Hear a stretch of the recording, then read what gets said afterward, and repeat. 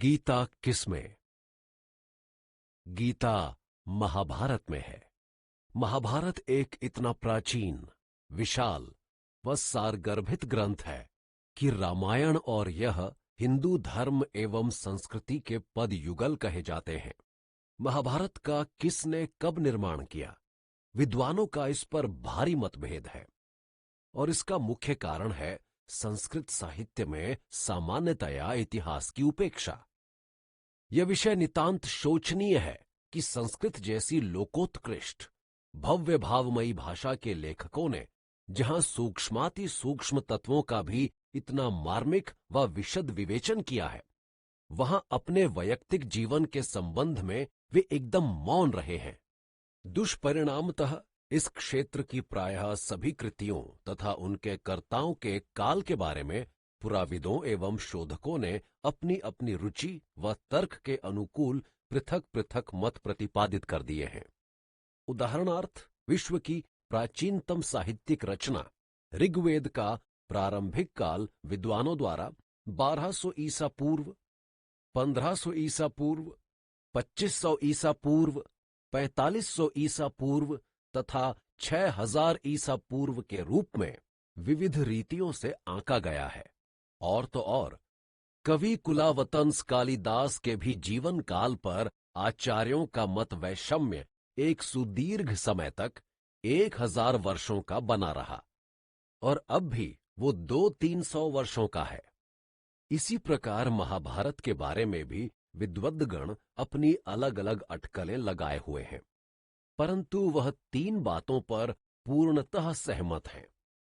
पहली, इसकी रचना एक व्यक्ति ने नहीं, अनेक व्यक्तियों ने की है। दूसरी, अपने वर्तमान रूप में पहुंचने तक इसे विभिन्न कालखंडों में 3 निर्माण प्रक्रियाओं में से गुजरना पड़ा है। और तीसरी, अपने आद्यतम रूप में इसका अंकुरीकरण वैदिक काल के अंतिम चरण में आरंभ हो गया था। यह उस समय की वैदिक रचनाओं में महाभारत संबंधी उल्लेखों से ज्ञात हो जाता है। दृष्टांत के रूप में यजुर्वेद में कुरु तथा पांचाल जनजातियों का उल्लेख है। काठक संहिता में राजा धृतराष्ट्र वैचित्र वीर का, शतपथ ब्राह्मण में जन्मेजय अर्जुन के प्रपौत्र का और आश्वलायन गृह सूत्र में भारत एवं महाभारत का। रचना के तीनों स्वरूपों में आकृति तथा वस्तु विषय की दृष्टि से प्रचुर विविधता होने पर भी महाभारत अपने बीज तत्व को आदि से अनंत तक ज्यों का त्यों बनाए हुए है। यह बीज तत्व है 18 दिवसीय कौरव पांडव कुरुक्षेत्र युद्ध में पांडवों का कृष्ण नेतृत्व में विजय प्राप्त करना। इसी आधार सूत्र में सहस्रों आख्यान उपाख्यान माला के मणकों की भांति गुथे हुए हैं। महाभारत की प्रथम निर्मिति में इस युद्ध को कुरु पांचाल युद्ध से अभिहित किया गया है। इन पांचालों ही को कालांतर में पांडु की संतति होने के कारण पांडव कहा जाने लगा। इस युद्ध के दुष्परिणाम इतने भयंकर, व्यापक व दूरगामी निकले कि भारत के उत्तर पश्चिम से पूर्व तक फैले उस विशाल क्षेत्र में यह सर्वत्र चर्चा का मुख्य विषय बन गया। चारणों, भाटों एवं कवियों ने अपनी अपनी भाषा में इस पर पद्य रचनाएं की। धीरे धीरे स्थानीय गाथाओं, पारंपरिक लोक कथाओं तथा प्रचलित धार्मिक व नैतिक आख्यानों को भी उनमें जोड़ा जाने लगा। फलतः कुछ ही शताब्दियों में एक ही ऐतिहासिक घटना के अनेक पद्यमय क्षेत्रीय संस्करण बन गए, जो बहुधा अस्पष्ट, असंगत व परस्पर विरोधी थे। ऐसी स्थिति में एक दूरदृष्टा युग प्रवर्तक मनीषी के मस्तिष्क में विचार उपजा कि प्रस्तुत सामग्री से लोक कल्याण के लिए एक सुसंबद्ध, सुगठित व प्रामाणिक ऐतिहासिक आख्यान की रचना क्यों न की जाए। इस हेतु उसने सर्वत्र विकीर्ण ऐसे संस्करणों का संग्रह किया, अवांछनीय तत्वों को निकाला, शेष को क्रमबद्ध किया और उसे सुव्यवस्थित, संशोधित व संपादित किया। यह अभूतपूर्व संकलनकर्ता, लोकोत्तर प्रतिभा संपन्न व्यक्ति कृष्ण द्वैपायन व्यास था। तब इस ग्रंथ का नाम महाभारत न होकर जय था, क्योंकि यह पांचालों की कुरुओं पर विजय का उद्गान करता था।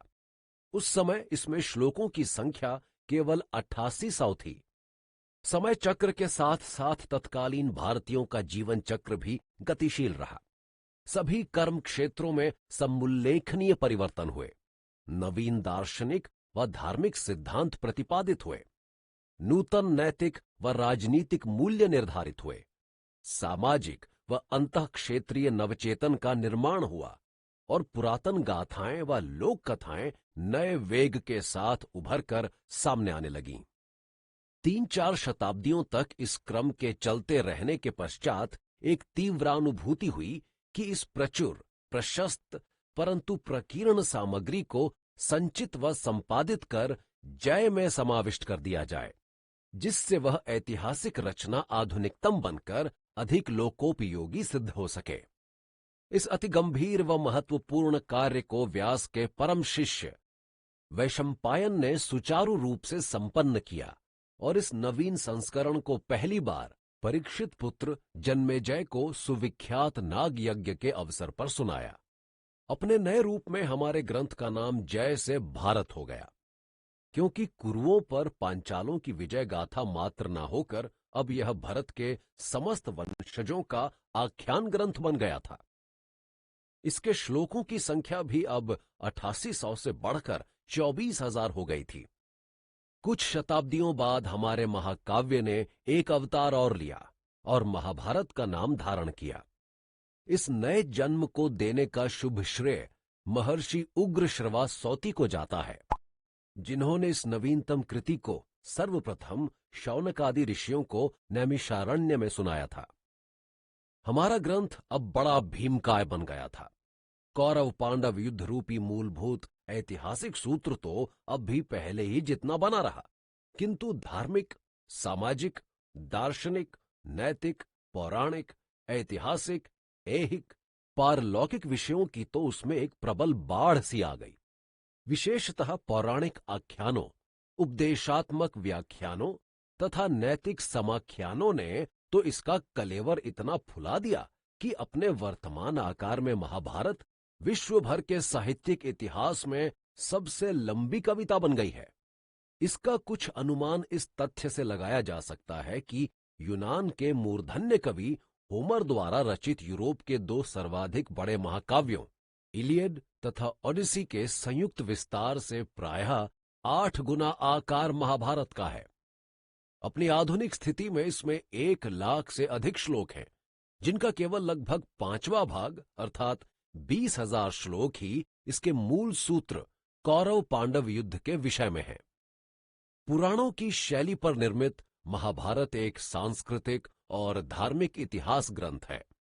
हिंदुओं के धार्मिक, सामाजिक, नैतिक, दार्शनिक, गार्हस्थ्य सन्यासीय जीवन का कोई पक्ष इससे अछूता नहीं रहा है। इसीलिए कहा गया है कि जो इस महाभारत में है वही अन्यत्र है और जो इसमें नहीं है वो कहीं नहीं है।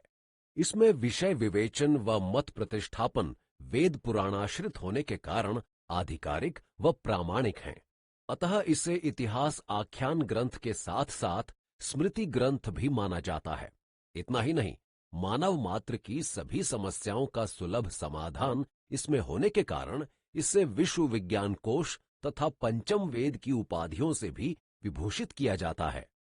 यहां यह जानना रुचिकर होगा कि महाभारत के तीनों स्वरूपों के तुलनात्मक अध्ययन से भारतीयों की तत्कालीन धार्मिक व सामाजिक दशाओं के क्रमिक विकास का पता लगाया जा सकता है। यथा इसके प्रथम चरण जय में एकमात्र ब्रह्मा की उपासना होती थी।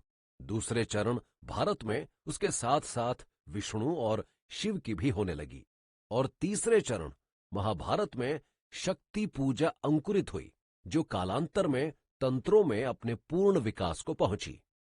इसी कालखंड में विभिन्न धार्मिक मतों के समन्वय द्वारा अद्वैतवाद को श्रीमद् भगवद गीता के माध्यम से परिपोषित किया गया। इसी प्रकार कृष्ण को रचना की प्रथम अवस्था में केवल एक मानव समझा जाता था, देवता नहीं। यद्यपि एक शीर्षस्थ वेदांती, कुशल कूटनीतिज्ञ तथा निर्भीक रणयोद्धा के रूप में उसका प्रचुर समादर होता था।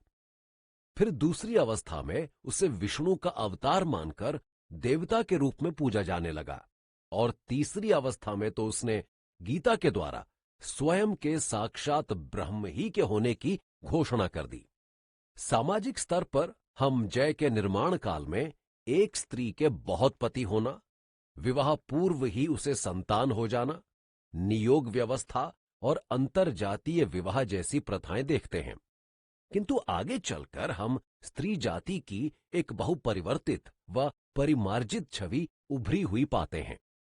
प्रस्तुत प्रकरण में महाभारत के प्रतिपाद्य विषय का सिंहावलोकन कर लेना भी असंगत न होगा। यह महाग्रंथ 18 पर्वों पुस्तकों में विभक्त है। इसका हरिवंश नामक 19वां पर्व भी है, किंतु वह एक परिशिष्ट के रूप में है। इन पर्वों का आकार बड़ी विविधता लिए हुए है। 12वां सबसे लंबा है, जिसमें लगभग 14,000 श्लोक हैं, और 17वां सबसे छोटा, जिसमें केवल 312 श्लोक हैं। 8वें और अंतिम 3 पर्वों को छोड़कर शेष सभी पर्व अधिक लंबे होने के कारण उप पर्वों में विभक्त हैं। वैसे प्रत्येक पर्व अध्यायों में तो विभाजित है ही। इस अद्भुत कृति की गौरवमयी कथा को अब हम यथाशक्ति संक्षिप्त रूप में पर्व क्रमानुसार देने का प्रयास करेंगे।